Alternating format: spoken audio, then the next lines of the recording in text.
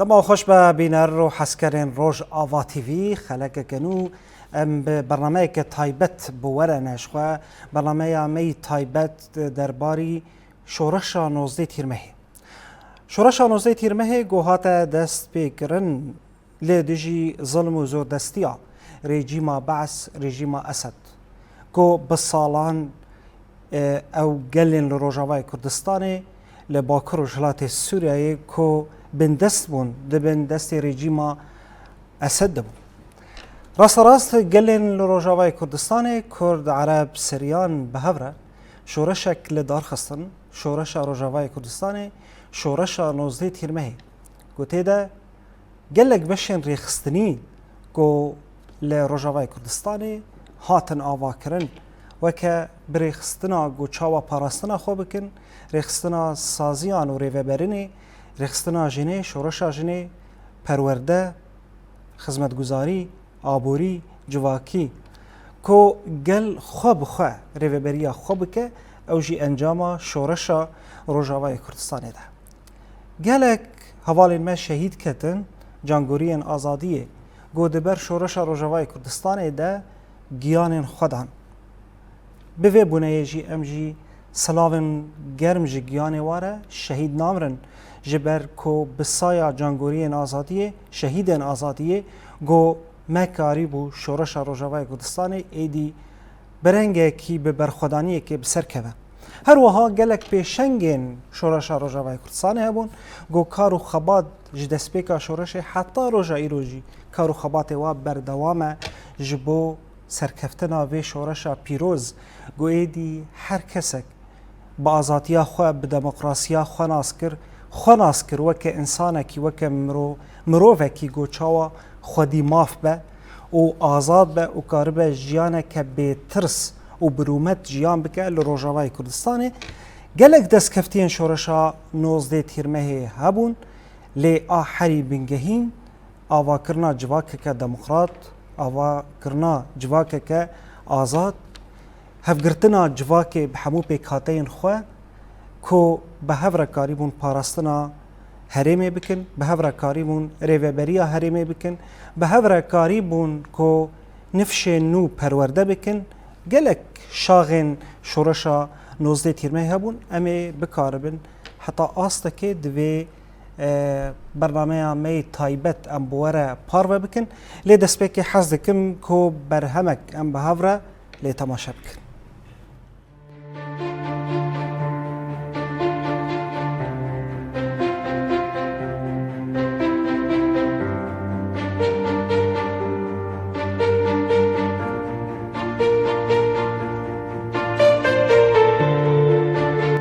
بدماء شهداء وتضحياتهم أصبحت ثورة روجافا ثورة الشعوب.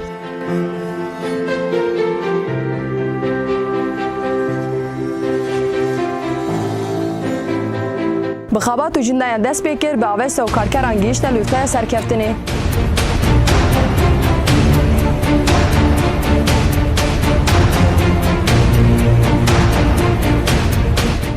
و برخوادانیان جن شورشگر شورش روجاوا بو مدل نکاو دموکراتی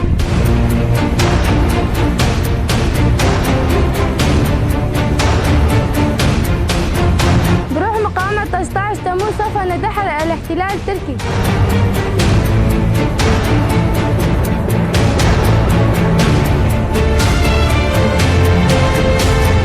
شورش روجاوا برح يركون شابيلا بو مناكا جيانا آزاد بو وكهل.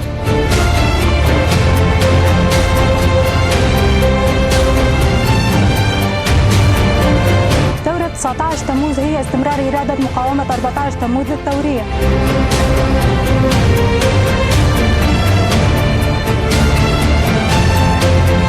زيرك حياني عاتميني هذا يرحين وزيه ترمية الجيش.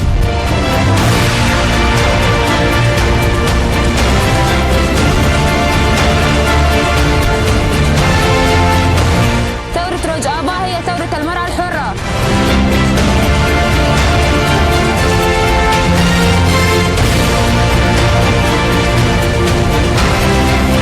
ثورة 19 تموز هي ثورة المرأة الحرة في المقام الأول.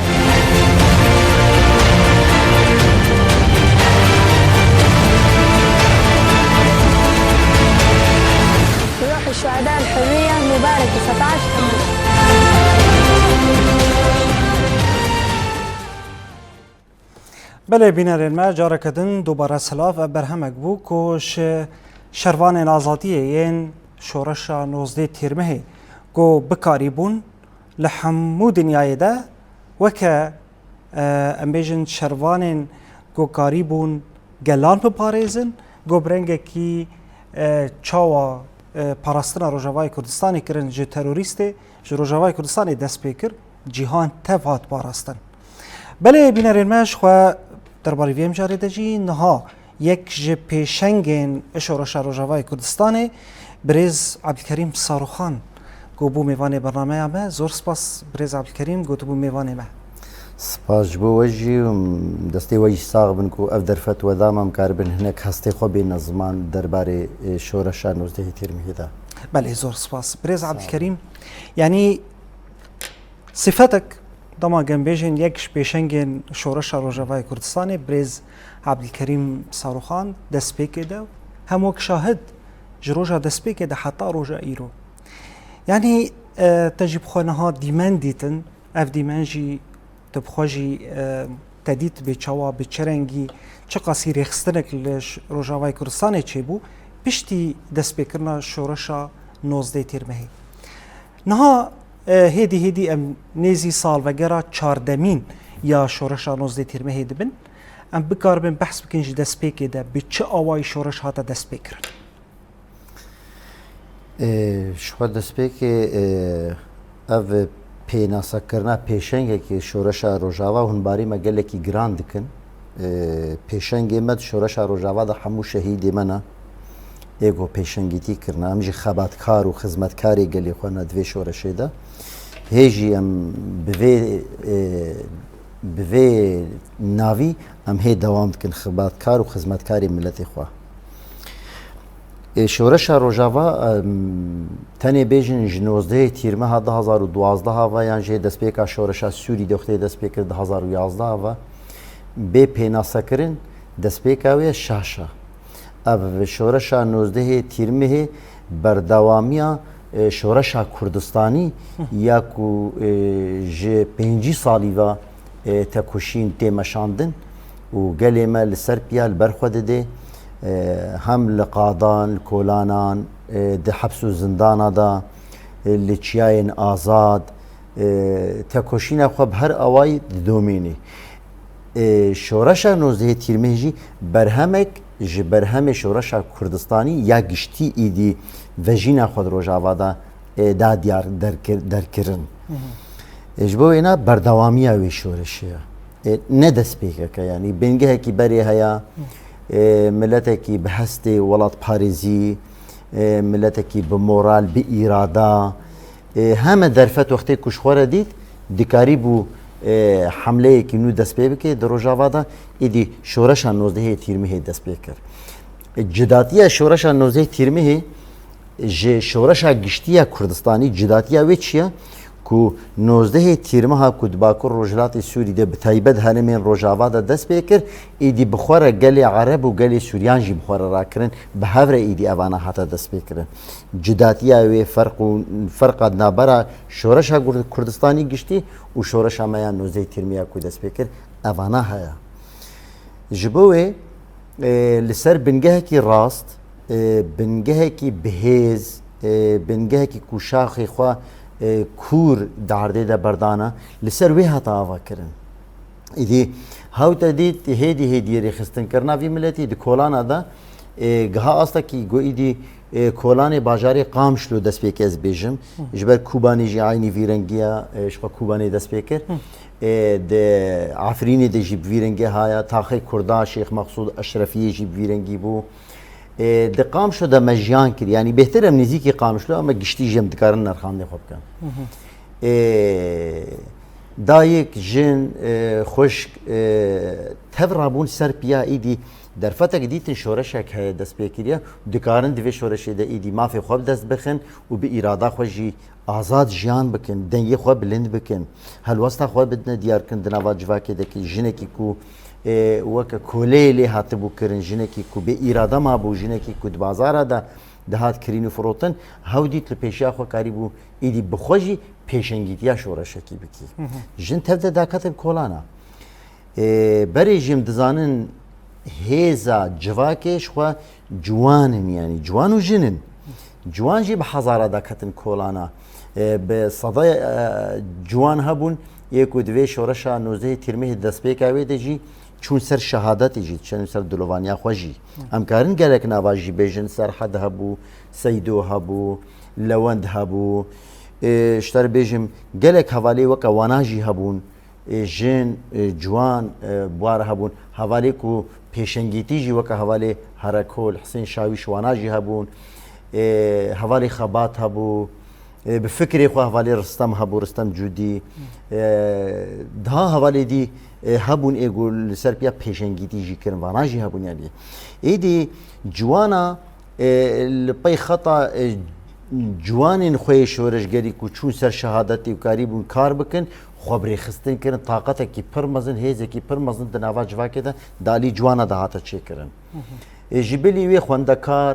ڕەوشەنبیر ئەشتەر بێژم ئەسنافێک و دناوا بازارەدا سازیên civaka sivîlê got hatine rêxistin kirin evana tev dikarî bûn îdî bidin diyarkirin ji gelê cîhanê re heman wextî ji desthilatdarên rejîma Esed re jî û ji dewletên herêmê re jî ku em miletekî dikarin xwe birêve bibin em miletekî em saxin em zindîne em xwedî taqetin em xwedî hêzin xwestekê me hene û mafê me heye divê dewletê de îdiya çarenûsa pirzgirêka Kurd û heman wextî çarenûsa pirzgirêka civakên din jî ê herêmî ji warê ji werê kirin karî bû dengekî xwe yê wilo bilind bikin û bidin diyarkirin evana tev ji rêxistinekirina vê civakê hat em di nav de bûn vî îşê henakê çima ji ber piştî 6 salî ji rejîma Esed ya ku karî bû desthilatdariya xwe sultaya xwe bi qebda xwe ya emnî ez bêjim yanî bi destê xwe ya emnî ê hişk ku ser vê civakê civak çewîsan dibû karî bûn beramberî em dengê xwe bilindkirine biaxivin êdî her kes dakete kolane bi moral bê ku li berjewendiyê xwe yê kesayetî îdî bizîvirê yan jî guhdar bike her got zaman hatiye wext hatiye ku em qezenc bikin êdî divê pêvajoya ku êdî gel dirabin ser xwe guhertin di rojhilata navîn de çê dibin tehemûliya gela êdî ji sîstemên desthilatdar re netewperest re êdî nema heye em jî wek wa gela tehemûliya me nema hebû vê cerê ئێمە ji wa gela bihtir zêdetir çima ji ber mesela tu Sûriya dest bêjim gelê Kurd heye gelê Arab heye gelê Sûriyan heye mezheb û taîfe hene ol û bawerî hene ji va zêdetir teva Kurd ê bihtir belengaz û bindest mafê wa tê pêdê kirin çima ji du aliya da ji aliyekî hem hemwelatiya wî ya wek Sûrînayê dîtin ji alî dî ve nasnameya wî ya Kurdî jî nayê nas kirin pênaseya ku netewekî Kurd e ew jî nayê nas kirin yanî em ji du aliya ve dihatin çewsandin hem ji aliyê netewa xwe ve hem ji aliyê hemwelatîbûna xwe ve dihatin çewsandin belkî milletê dî hemwelatîbûna wa diyar bû netewa Arab netewên dîniyê ku jiyan dikin diyar bû em Kurd ne vî rengî bû ji ber wê Kurda êdî ji xwar firsetek dît karî bû şoreşekî ku xwe di Sparta mîrasekî ku bi 45 salî tekoşîn bo ênakê hatiye kirin mîrasekî wê hebû şoreşekî ku xwe di Sparta rêxistinkirinekî gel yê ku her beşekî di nav sinfê xwe de xwe bi rêxistin kirbû û pêre pê avakirina hêzê xwe yê leşkerî ku karibê paravaniya wî bike hêzên parastina vî gelî yekîneyên parastina vî gelî yepegê yekîneyên parastina jin yepejê yekîneyên dîn ê ku hatine avakirin ji bo vî gelî biparêzin dibin di çarçeva mafê xweparastinê yanî hatine avakirin ne mafekê ku êrişekî netewekî dîn bikin yan êrişî cîranan bikin yan jê şerekî bi desthilatdarên Şamêran bikin na di destpêkê de ji xwe her tişt bi aştî bû bangewazî bû meş û çalekî bûn rêxistinekirina civakî bû lê hêdî hêdî ewana ber bi tundiyê veçû ew şoreş çima bitin ber tundiyê veçû ji ber ku hêzên desthilatdarê dewletên herêmî heman wextî hêzên hegemonîk ê cîhanî birêve dibin همان وقتی برجواندی هیزن هگمونیک د سوریه ده هیلشتن کو شرکی د سوریه ایدی دست پی بکه شورشا کو با آشتی جبو رومت و کرامت و آزادی و مافی ما وک ملت بویرنگی دست پی کر کتا آستا کی دیده کو ایدی به تانق و توپا هاتن سر ملت ما به سلاح گران هاتن سر ملت ما به چالکین خوکوژی هاتن سر ملت ما به افکار دروی چاندا روجاوا دروی چاندا باکور روجلاتی سوری دروی وی چاندی به افکار جدا هاتن به تایبت جنابرات دکوانا دا اسلام متشدد اسلام رادیکال بوی هاتن ایدیدکاری بون بوی جبو خاطر بلبله فتنه کی دناف جواکی دا چیب کن شورش همایا روجاوا ایدی برانبری پر تحدیات مزن هبون اللي پیشاوی دا لافو يعني د چارچفه هندرو دا تحديات مازن هبون كو جواكه كي د عالیه هشمندی دا گوهرتن جردوی د عالیه پیش روزه د چاوا خو دیار بکی بدی دیار کرن چ بکیش پیش روزه خورا د عالیه یک ریزیا گله یک ریزیا ریخستنین کردی ببورا متکرر بیشم ریخست یک ریزیا گله کرد همه گله کرد یک ریزا اما یک ریزیا پارتی و هیزن کردی و کردستانی جبوی گره که چی بکی چاوات کاری به دانستانی خوب در وره بکی چاوات کاری به پیشیا ایریشن کوته سروی بگیره یک کوتین دخوازن ناسنامات تنه بکن چاندات تنه بکن قرکرنه که بسر سری تر بینن تا امحاء بکن تا کوچبر بکن واقعا خواسته کو هلوستاتین سرتا ته برانبری وقاسی ایدی و جج آستا کو تنه د سوریا د وګهرتنه چیز به تیج خوازه د هندروی وګهرتنه د تشته کی قزنج بکی جوی استه درباست به هند تشته دی یک کوتین خوازه تنب کن ویجاری ویجه ایدی دتکوی عالیه کی گوت خوب پاریزی تچلو سر پیا بمینی تچلو الهند همبری یک کوتین تنب کن خوب تلور کاربی پارسنا خوب کی داتو تننبی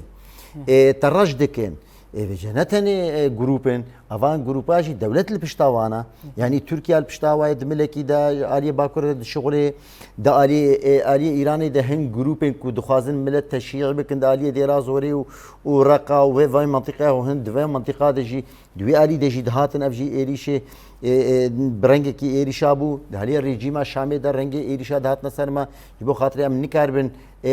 خبری خستن بکنو ما فی خبر بگیرن دست دا علی ریوبریا باشوری کردستانی دا هند مداخلات دهات نکرن کو ایدی زرار دگهاند بنگها شور شاما اوج دهات کرن دا علی کی دا وکی دی ام برانبری وی قصد من حتی ایدی سوریا بوس جهاز صراع کی ناونتوی دنابر هزین جهانی دا ایدی روس هاتن سوريا درباس بون امريكي جي هاتن سوريا درباس بون امريكي نبخوتني بكواليسيون كي نافنتوي تشل دولت ده خبري خستن كربون روسيا جيب حمو هيزا خو ها درباس سوري بو ايدي بو شاري جهاني د سوريا ده ام د كرد وملت في هرمي امان لوي قاضاها انا غيركم تشبكن وهنغاني نو معناها شورش روجاوا دهات تجكرن انه تبرانبري چی درکت چبکی ایدی جچارچفا کو والله ملت ما اكو الناسنامه خويا سوري دغرا والله ام مكتوم بون والله ام اجنبي بون والله زماني ما نسر بس بو والله حقوقي مي ثقافي هنا جيدي اوانا بونا ايدي اف مسالها بون تشتي بچوك برانبري شر مزن هم بري ما قلت پشتی هزا که مزن چه بود پشتی کو هزا که مزن چه بود ایدی شرکی جهانی دناف مدا مجي درباسي وي شري جهاني كن دخوازن مدنا وي شري جهاني دا ايدي متنا بكن وقت ملف هدف ارمان جوانا ابو جبرولو اركن شورا شارو جاوا يعني نوزده تيرمه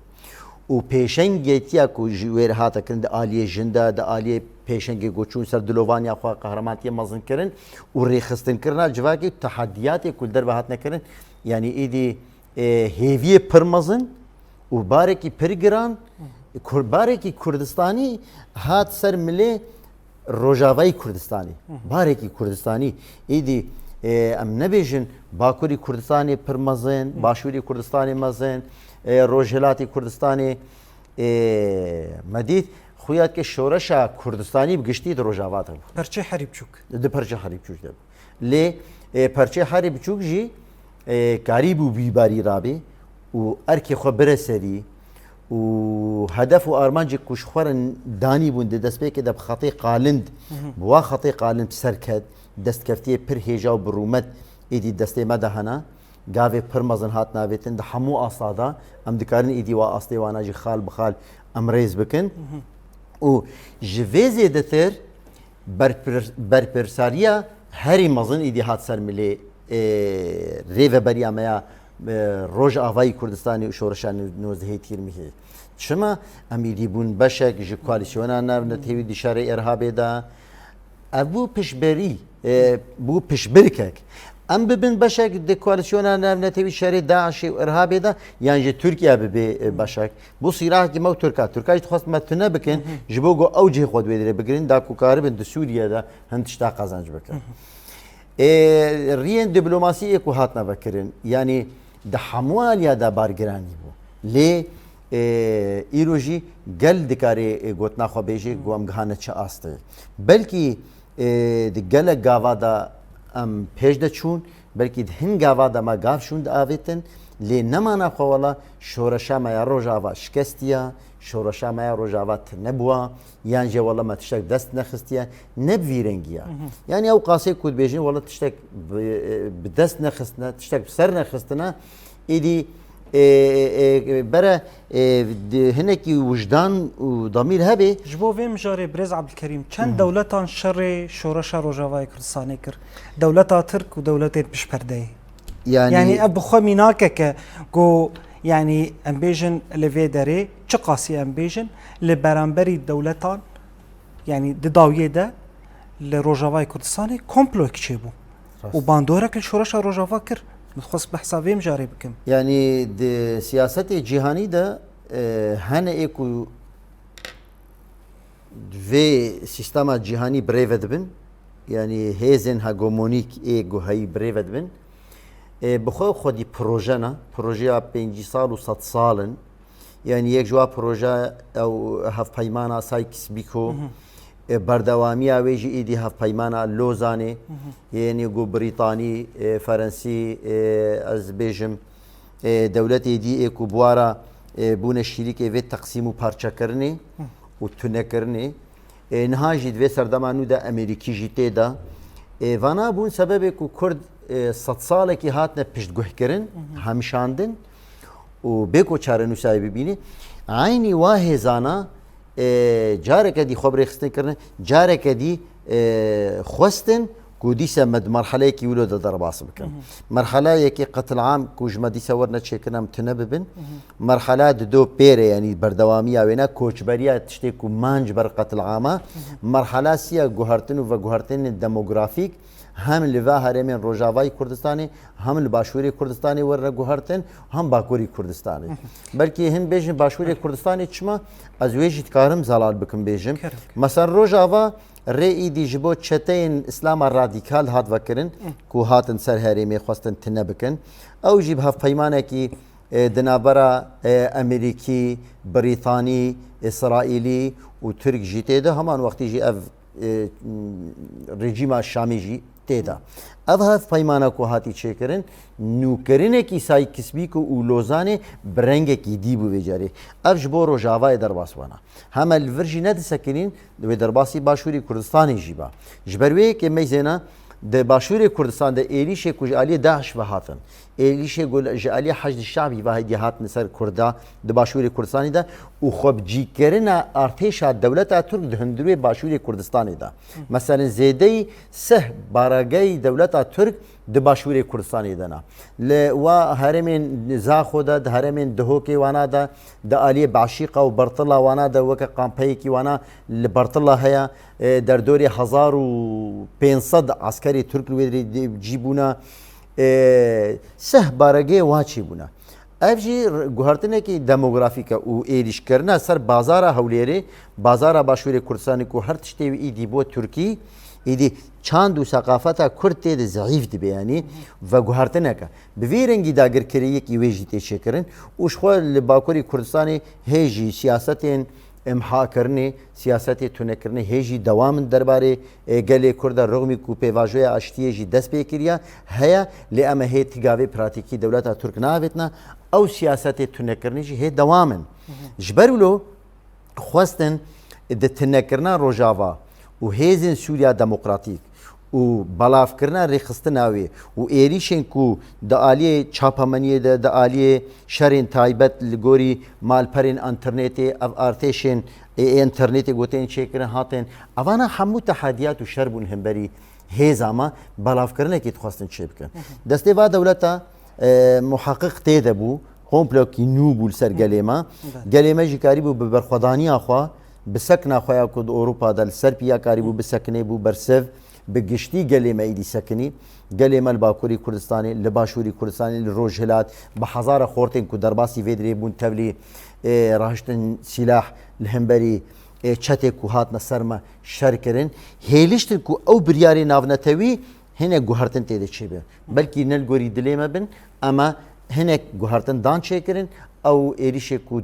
tund hatin jî hatin sekinandin ne ku dilê wa Kurda şewtî bi herêmê ne ku wilo bixwe hsan ku û wela bêwijdaniyekê dikin wela vana şerê Daişê kiriye ew jî nebû pîvanek ji wana ku me şerê rêxistinekî irhabî cîhanî kiriya ku dikarî bû zerarê bigihînî cîhanê tevî me şerê wê kiriye bi wê serketine ne ku dilê wa me ve ji ber ku me şerê wê kir hatine me ve lê dîtin yekrêziya gelê Kurd wextê ku çêbû û hevgirtina wana ji helqa dî hatin êdî ew qada cîhanî tev bû rengê Kurdî tê de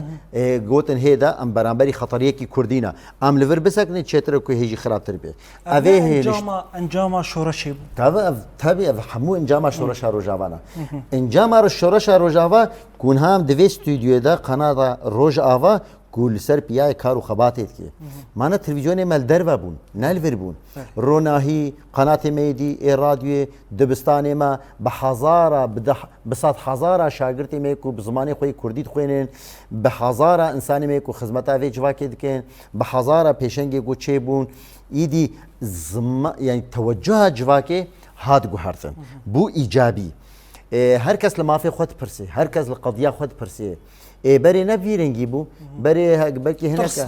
tirs hebû girtin hebû koçberîkirin hebû birçîbûn hebû lê divê şoreşê de ev hemû çûn belkî hinek kêmayî pratikî pêdiviyan peydakirin kêmayî duyarî de biçûk hene ez nabêjim na lê bes evana nemana xwe şoreşa Rojava bi ser neketiye nemana xwe ku şoreşa Rojava bê encam ma bi vî rengê hanaye em bixwazim dikarin heta sibihî berhem û destkeftiyên şoreşa Rojava em bidin diyarkirin em bijmêre lê em di nav de na em dibînin belkî tiştên hal cema bûne tebîî em wilo lê dimêjin ber ku em jiyan dikin mesela cilû bergê te Kurdî ne د کولانه د بلکې تلقام شو حمی گرابنه تا چار زلام ای گوب جلو برگی کردی زلام تا ندیدن همه ایرو هزار جی جوان و جلو برگی کردی جل خود کن د بلکې تجربه ده مالات یک تجربه گویی کی قاغت کی کردیش تر خواندبانه نهاجی کولانه دا ایدی زارو که متن ادبیات توی کردیش مرد خوینن اوانه شورش روجاوا مهره خو لدیرو کی خستیا قریب گل گوهرتن و گوهرتن چیپ کن مثلا بیناکا کی دیش تر بیجم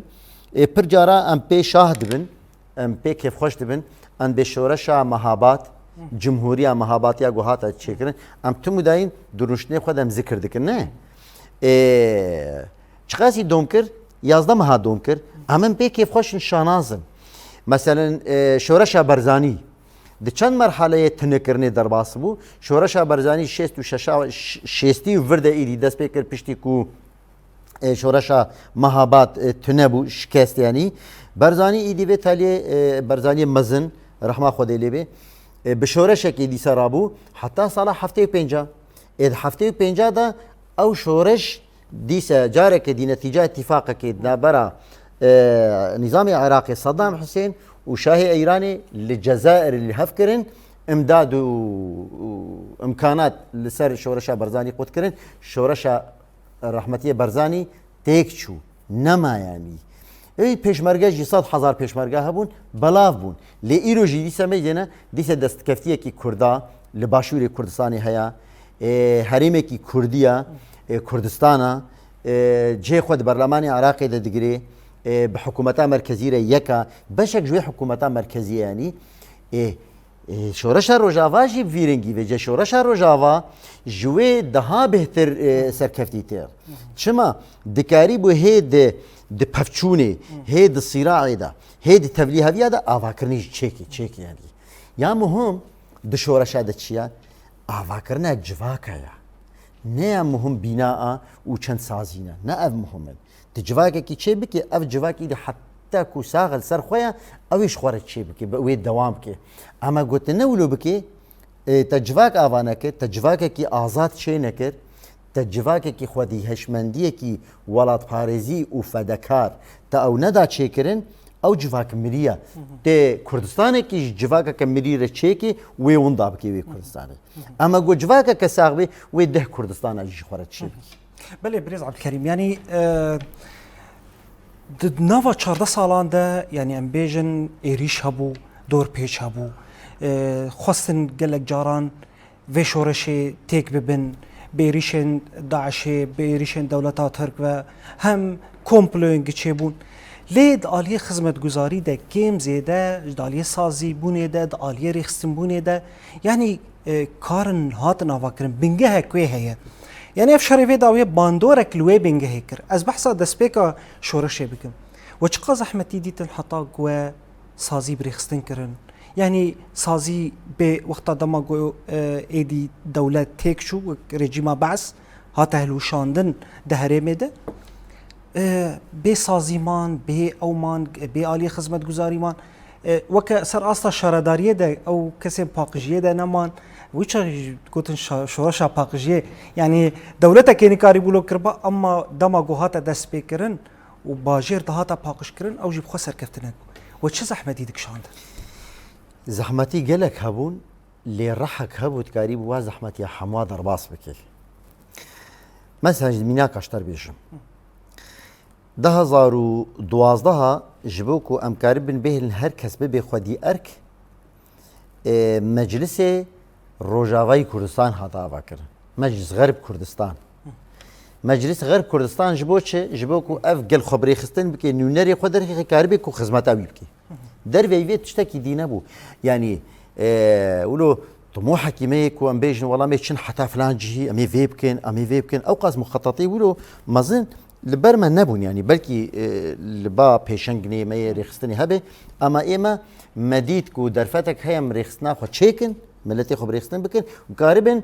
ام راحت بردوام بكن وخدمتها ملتي خو بكن مثلا ازميناك نابيشن فينا دا بيشتي مجلس غرب كردستان شيبو وك برلماني كي هات ناس كرن اي كردي روجاوا ميرنگي بو هات شكرا شا قوميتي وينا هاتن ديار كن هر قوميتي كوي چكاريب كي قوميتي خدمت قوميتي راغاندني قوميتي تندرستي قوميتي چاندني قوميتي آوي قوميتي يعني همو قوميتي هات نابا كرن پاشرا هيدي هر کس کوم دبول در دور شورش خوا کوم دبون تو مجبور دبوی و سازی خو پیش بخی تی بیرام دست پی که ده مثلا بلدیه دولت نما کسی کاری دیش بلدیه دولت جینت کرد عمالی بیجی بلا بون یعنی کس نما ایدی ايما الجمع چه هبو نه بلدیه قومیتا ما یا بلدیه هبو لجنة البلديات لجنة الصحة هبو لجنة اللغة هبو لجنة اللغة يا زماني كردي إيدي لجنة ما يا بلدياتا بكوفا مقريدا بو لجنة زمان ما بكوفا قريدا بو لجنة خدمتي لجنة چاندني حمو مجيري خستني كي خويا دي تشيكر بو مجير تقول سي جي سي سازي انجواكا سيفيل او سازي انجواكا سيفيل كاروباري روجاوا ام بيج جزيرة حمو بناوي سازي انجواكا سيفيل هاتا بري وبرن إيدي اف سازیه میدی که قومیته بون پیو گریدای بون نهاجی جارم سردان دکن ام دچن جه سازیه زمانی کردی وانا سازی کی بسری خوی بو وک ماشاءالله ریخستنه کی جدا گلی کی مظن و بساط هزار انسان تیدنه هندری ود کمیته چی بونه هندری ود وجه کمیته و مکاتب و اوانا چی بونه ایدی هنج و امانه جناکن از بیجم مثلا بلدیات شهرداری قومیته بو به تکمیل خودن ولا پاقجی ولو چه بو ولا کا ام چپ کنج بو آوین پیدا بکن یعنی پیدا کردن علاوه و خواستکن وی گلی پیک بینه و دمیست تی بیرام 2012 مازوت ایدی تنه بوش بینی روجاوا دا جزیره دا هیچ مازوت نما خلکی جلکی خوی کفن تشوتاندن خلکی پیلاوی خود شوتاندن خلکی داری خود دار شوتاندن تشتك نبغوا بشوطينا اما ولوجي ملت السربيابون دقوا مشوره الشكريا مي ولاتي خوا بابكن ومي حقي خو بدس بخن ولو بمورال بو حتى او زفستانا هنادر باسكر تتكتي تايا عربه دا تمانا غير تجبر هري دير كتب عربي هري ما باياتي وك بهايامي بري ناتشي وك نهاجي واتنا تبدفاها جنكاري تهاري ديركي يعني زحمتي هبون هر كس كي سياري خو يدي تخصنا خدمتي دا والله ام باياتيش قامشلو جبازارا قامشلو ام دچوما الفرسان مالا مال فرسان بويه قاله چند حواله में कुन्हा है सरकार و खबाते ने खुदी तोरम बेल बुन हर्रो हम वे घेना माल حتى جار की एक ही जवाना قلت والله حواله عفتكم حرو استدغين مالي ترم بلامي جي بنزينه هم قلت بيام كزي خاني کی تلقام شلو كري كمش كيسي خوست ناب منايل يعني شورشه کی جوي دس بكريا تشتي بسيطن اما دبندجي تشتي پرمزن هنا يدي خلك زارو كي خدان خلك مال دان خلك جان دان خلك هر تجداني دي شخوي شورشك اولو مزن وري آوا كرن شخوي ملتك آزاد شي بملتك جو بصد حزارة لي ميزينش خوراها دي الكولانا دا بصد حزارة دي كولانا دا بون يدي پشتگري ما في خوبون پشتگري هيزي خوبون يكودانا آوا كرن يعني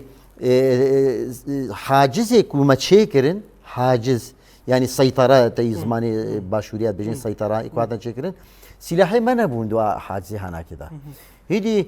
سلاحي هاري ارزان اف شفته صيدي بون اني تشيري بمبكشن دغوت ده بلكي الجهنا بمبكشن كابو يان تنبو سي دار بوار هبون دنافي سي شار حاجزه ده بلكي قليشك بهنا كار هبو تنبو جويم غانا في هاجر اما بانج بوكو هناك اريكاريا مبكن دولة اريكاريا مبكن والله من ندغانا في اصلحانا امر قصي خورت ندبون ام بهيز ندبون جبروي امي بوبانا وكا حاشا كولي دستي خلكي ده كو مباجون من بدارا مباجونا مولو نكر ما بإرادة خدا ما تشكر يعني بإرادة هورتو جوان فدكار ما ايدي اوانا هاتا تشكر دايكن دلشوات اكو سرانسری 45 سالی زاروکه خوشبو شورش دان دوردش زاروکه خو ایدی جاره که دیدان چونه سر شهادته اف دستکفتی هات ناوکنا اف دستکفتی نه راحت هاتن تلفزيونا ويا روجافا نهاية كنت دا خطي نوچه بو غرفك كي بچوك بو الراديو تاني بو حتى كو كاميرك مجيرا اني حتى كو ماسك جيرا پیدا كر چاوي مدركت العمود بزوري ما بريفت بن مصرفا في تلفزيوني نبو ماني كاري مصرفا يبدن كاميرك ما بو يروجي ما شاء الله تشتي برهجا وبرومت وكادرين وي يكو هجانا كارو خباتي تيدتكن يعني افهموا بكدو خوينه چي بونا راحت نهاتنا ايدي حلال حاضر قال كانتين لسر دستکفتیه ما لسر شهیدین ما لسر تکوشینا کو هاتیه کرن نرخاندن هات کرن و والا جدا اخفن اویکو بین نرازی بون مدرس وی شورشه کرن ما مجلس چیت کرن دگو چما مجلس ما هیزی خوی پاراستیت چیت کرن دگو چلو هون قوات عسکری هونه چی بکن گرو چتا تین سرتا بعسكر بسلاح تین سرتا چتا نه تيش ما يخوت شينا كيف فرصة اشتر هاتيا نا امي بسلمي حقي خبصتني تي بسلمي حقي خبصتني اي تبسلمي تني كاري غوتني كي عفرم تبسطيني شو غوتني نافانا كي بسلمي نراستن يعني بوي هدي حتى قوم غانفر ما قريبو دجمنا دوري روجافا بكن ما قريبو ارهاب اسلام متشدد ام دوري هرمين روجافا كن ما قريبو ويجريش بالشونا ويجي بين يكل همبري متسكني وري بمره كارو خباطي بكي مثلا يعني عرب ملتي عرب نحمو ملتي عرب انساني فدكارن نحمو ملتي عرب ريخستن كرينا هن جوانا خباليه تركا ريخستن كرين هن علي ريجيمي و خوري خستن كرين هن باليه با اسلام راديكال خبري خستن كرين چما ام وايك ماي يخبر ريخستن نكري ام بهفرت شكي چيناكن ما بهفرت شكر شوناكو شري مبكنو ام شري مبكن ما بهفرت شري دجمني قوت كر ما نتشتكي شاش كريت في علي هذا ما يكيديك شكر ما نهر یکیتیان نتوا ملتا ایدیتی آوا کردن. شما امی شر خادنا ببر خودش. جیرانتی اب 100 ساله. گرگه ام دناب هذا برام بین خانده. ام ببین یک دناب هذا. چقدر شر زمانی کردی بو ما مستر. ها. زمانی کردی. بجار اعترافی. دبیجن شخوا نەڕاستیا وێ سەدی سفەت بەرچاوە دوێژن ئەوێک و شۆڕەشە ڕۆژئاوا دەست پێکردن ئەوانە تشتێکی وا کوردیتیە بهەورە نینە وش بۆ کووردا تشتێکی ژی ناکەن شیعاراوە نەتەوا دەموقراتیکە خۆ نەتەوا دەموقراتیکژی ناس ناکەن مع الأسف ناس کربە دەی نەتکردن نەتەوا دەموقراتیک نەتەوەکەی عەرەب دەموقرات نەتەوەکی کوردی دەموقرات نەوەتەوەکی سریانی دەموقرات ئەو چێت بێ چێ نابێ مژارێکی دیە ئەمە ئەم وەک نەتەوا کورد تێدەنا ئێوێ دەمێ چلۆم نەکوردن ژ بۆ کوردام ناکەن ئەم سەری دەش بۆ کووردا دکن باشە گاوایەکی دبستانە و لە عنتەریە هاتەڤەکردن ملەتی عنتەریە هەموو کەیف و عاشق ئالی ئاشیتە هاتن بەر وێت دبستانی و کەیف و شایەکی مەزن کردن دبستانێکی ئۆدەیەک بوو مەکرە دبستانە شەهید ڕەش و ئێژ عنتەریە دەنێ ئیرۆژ وێ دبستانە بچووکە گوت عنتەریە دەمەڤەکرد یەک لەم فرسانژی مەڤەکرد بۆ و نەوێژ بیرکردن ئەوژی ئۆدەیەک بوو یەک ژوا کادرۆین ژملەت یەک و هاتن دەرس ددان دوێ دبستانێدا سەما بەگداش بوو ئەو ژی هەواڵەکە مایە دناف کار و خەباتەی ژندە پەیەدێ دێن ها ئەو داهاتە وێ دبستانە ئەمەلفرسان دەرس دانە زارۆکەی ئەمەلفرسان ئەم ژوێ هاتن کو مەکاری بوو بە حەزارە دبستانên berê ê dewletê حازر ئەم تژە بکن زارۆک و هەموو کوردی بستێنن بزمانی کوردی بستێنن مع الأسف ئەم خودیە vê tewecihê bûn yek û em tewecaha qanûn em rastin lê mع الأسف ئەوێ ku digotin ئەف تشتێکی کووردا جەموانە نینە شەرێ وی زمانی کوردیژی کردن و زارۆکێ خۆشیانە دبستانی ڕێجیمە بەعز دەسەری دەژی سکرتێر و پارتیên ئەنەکەسێ ئێک و دەرکەتن کۆلانە مەش چێکردن لە هەمبەری vê مەسەلا زمانی کوردی گۆم قبول ناکن وی منهاجێ هەناکە چما ئەف منهاج هەیە ئەوانە تشتێکی وا کوردیتیە پەورە نینە نەمعتەرفە ئەف زمانی هەناکێ وەکو زمانی خۆ زمانێکی غەریبی خواری چەوت ددیتن بڤێرنگی بنافتکردن ئەو داخوا ئەو ینی خواستەکوانێ پرزگرێکا کورد بوو گۆ چارەسەر بکەن قاشۆ ئێ نەخواستەکوان ئەم بوون مەژی بە حەزارا چێکردن ئیرۆژی زێدەی 500,000 شاگرد ئێمە هەنە ئێک و کوردی داخەوێن و سەربەستن دچنە کوردیژی سەربەستن کوردی وەک چاوە ئەم بە زمانی عەرەبی دە خورتن دنویساندن و خوێندنێدا ئەو ژیولە دە کوردی دە ئەم خورتە دەستکەفتێکی پڕ مەزنە ئەمە یەک و ئەدغەمی زیکرەشی و دەرڤە گرێدای و خزمەتکاری خەلکێ هەفسارێ وادە دەستی خەلکێ دەبێ وێ شەرێ وێنا بکەن طبیعیە یەک و شەرێ مەتکردن دگوتن چما هۆن ڕقا عفوەن چما چنە تلبەراک هون شەر دکەن چما چنە الحەمیس ئەv هەرێم نەیە کوردانە چما هون چنە وێدرێ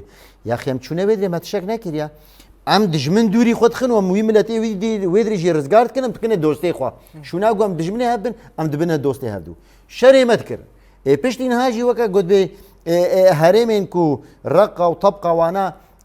طبعا دژمن دووری مەکرد داعش چودوا چۆلاوە دەرکەتمە چمە وێ لە کێلەکە حەسەکی کێلەکە تلبەرەك و کێلەکە قامشتە دەبێ هەرۆ تەقین چێت بوون بە حەزارە تەقین چێت بوون ئەو قاسی ولۆ دوورکەتن هاژی پشتی کو وێجە نەتیجە هەف پەیمانێکی ناو نەتەوی دنابەرەوە چەند دەولەتێک و مەگوتن چێ بوو دەغدەکی پڕ مەزن ئیدی هاتەکردن کوم ژوا هەرێمە دەرکەتنش بۆ دەرکەتنژی نەکو ئەم بدلێ خۆ دەرکەتن ji bo ku em şerekî navxweyî Kurd û Erebî çê nebê dûr de ji ber em ba diva bû şer bikin rêl berhat kirtin diva bû şer bikin Erebê bêne kuştin ew jî Kurda bikuşin îdî bû şerê Kurd û Ereba wat xwest wilo çêd bû yanî me ewna nekirdibe ha we hemû xortê me çûn wa wedane kuştin aslan tilwa xorta xwedî derneketî berî بە حەزارە شەهیداوا شەهیدلکە دەلی ساروخاندا بجی بوونە ڕۆژێکی کیژوە هاتیە سەردانەوا گۆرستانە هاکیریە وا شەهیدا ڕۆژێکی کیژوە هاتیە بن کۆنێ وا شەهیدا ڕۆژێکی وەشەری وات کرد ئێوێ جارێ ئەم چوون تەبقە ها ئەمژ تەبقە هاتن یا وەچیانی مادەمکی هۆن دەستپێکێ دە دژمنن هێ دژمناتیە دیکن بە هەستێ خوا دیسە وەکە خوا نەخۆنیانی وە تشتێکی ئیجابی ناوێتە نە مەسالێ ڕەخنانەژی مامۆستا ئاراس ئەونا نەرەخنانە ڕەشکردنە خزمەتە ئەژنداتی دەولەتە تورکیا میتێ تورکایە خزمەتە ئەژنداتی دەرڤەنە یەک و پارچەبوون و ڕەشکردنی دخولقێنی ناو جوواکەدا ئەوانە ئەوێن ئەم وەک کوردی ڕۆژاوا و ملەتی دیژی بمارە عەرەب و سوریان شۆڕەشان نۆزدەهی تیرمەیە ئەم بەرامبەری وێ قاسی بوون ینی گوهرتنێکی مەزن دناو جوواکێدا هاتە چێکردن وەکە گوتە عەردێکی نو فلاحەت بکەیت تو باشۆنی تو بقول بێنێ ڕەنگێکی دی ڤیرنگێر شۆڕەشا ڕۆژاواکیدا بارێکی گران گەلێکی گران دە هەموو ئالیادا شۆڕەشا ڕۆژاوا شۆرەش بوو نەدالیکی تەنێدا نەدالێ مافێمە لە جەم دەولەتە سووری کات چییە ڕێجیمە ئەسەد چییە ئەم مافێ خۆ دەستخن کات گرافێ مافێ مەبکەن نافتەنی بوو ته شورشک چکر لهمبری هشمندیا پاشورو افش بسری خوش شورشکا ته شورشک چکر لهمبری داگیرکاری و دستلادیاری گلسر کردستان سر ملتیتا ته شورشکی خو چکر یا ذهنی برانبری اسلام از توند یا گوتی سرتا دبوی شورش اما اوجی چی بو کنگره اسلام دموکراتیک یا گو به دسپیک دناوی یکیتیا زانیارین اسلامی لکردستانی اوانه هات چکر مکاری بو توجه ملت خوی اسلامی جی ام بدن گوهرتن ام نکون خدمتا و توجه سلفی و ای جهادیست و ای اخوانی و ای اسلام سیاسی ام نکون وینادا او بخواجی بسری خو شورشک بو دا آلیه چاندی دا شورشک بو دا آلیه دیروکناسی دا شورشک بو پیناسک کرنا خوش در ورا شورشکی پرمزن بو یعنی اوانه ناوی همو کوبان جیهان درکت طب یعنی روجا رومتی یا جیهانی یا کوبانی دو جیهانی داوانا که هاته ایرو جی مع الاسف دخوازن ناوی کوبانی راکن دین عین العرب دباشا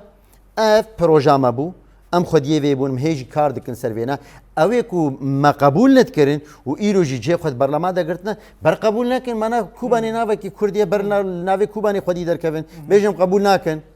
بر وی بکن یعنی همه نراستا مثلا ناوى نمعارضة مثلا رش كرنا وإيريش كرنا دخوازن هم بري تبسكن بيرنجيا أم وقت شورشها روجافا برام بري في قاسبون حتى كو ما هتنا إيرو أم راحت نهتنا روجا إيرو وأمي راحت دفجي جنا بردن أم دفجي جنا بردن نكورا جو إيدي خوش وأمي دفجي بردن شورشها ما هيجي دواما هي بلكي أمي في جنوكا برنجا كي دي أمي تكوشيني بكن رباز أمي بدنا جوهرتين رخصن كرنا كي نو أمي تشي بكن ما هم يدفش خوانا بردن ام هنا ومي بمينن بلكي مرحله فرق دكن مرحله نهاتن سر خلكي توا دهاتنا هنا مليون شهيد دانا هنا کا دغاف پیج د چون چار گاوا پاش دهاتن شورش وشر نت مدام هم گاوت البيشن طول هرتي سرسركيب كوي البته جاره کې دغاوا پاش د چي گاوا کې ته دغاوا پیج د چي گاوا کې ته پاش د وګري شر ولون ويرنګيان شو بحثا برلمان كر بيبونيز إيرو باورم جوينا يكمين بوا برلماني أما كسي روجافاي كردستاني قال كرد وكسي قول هريمة دا اعتراف برلماني ناكن وإيدي ننو نري كردانة قولوا يدرينا برلماني خوش بو أفانا هاتنا تعيين كرن يعني لغوري غوري نيزي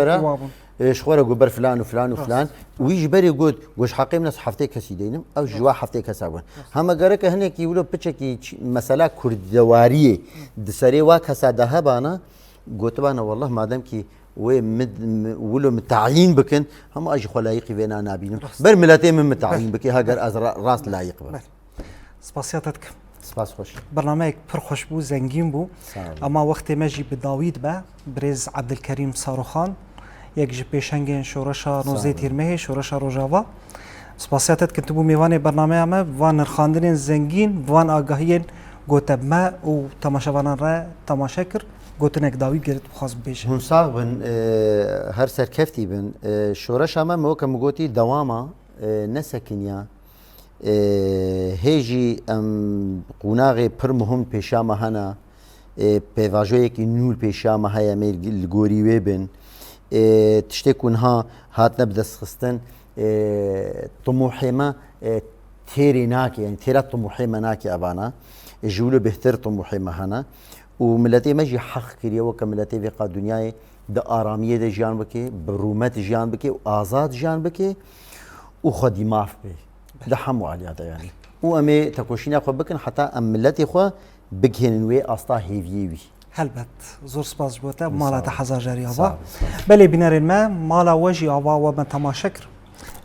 روز بروز امنیزی کی سالوگرا 14 یا 19 تیرمه هیده که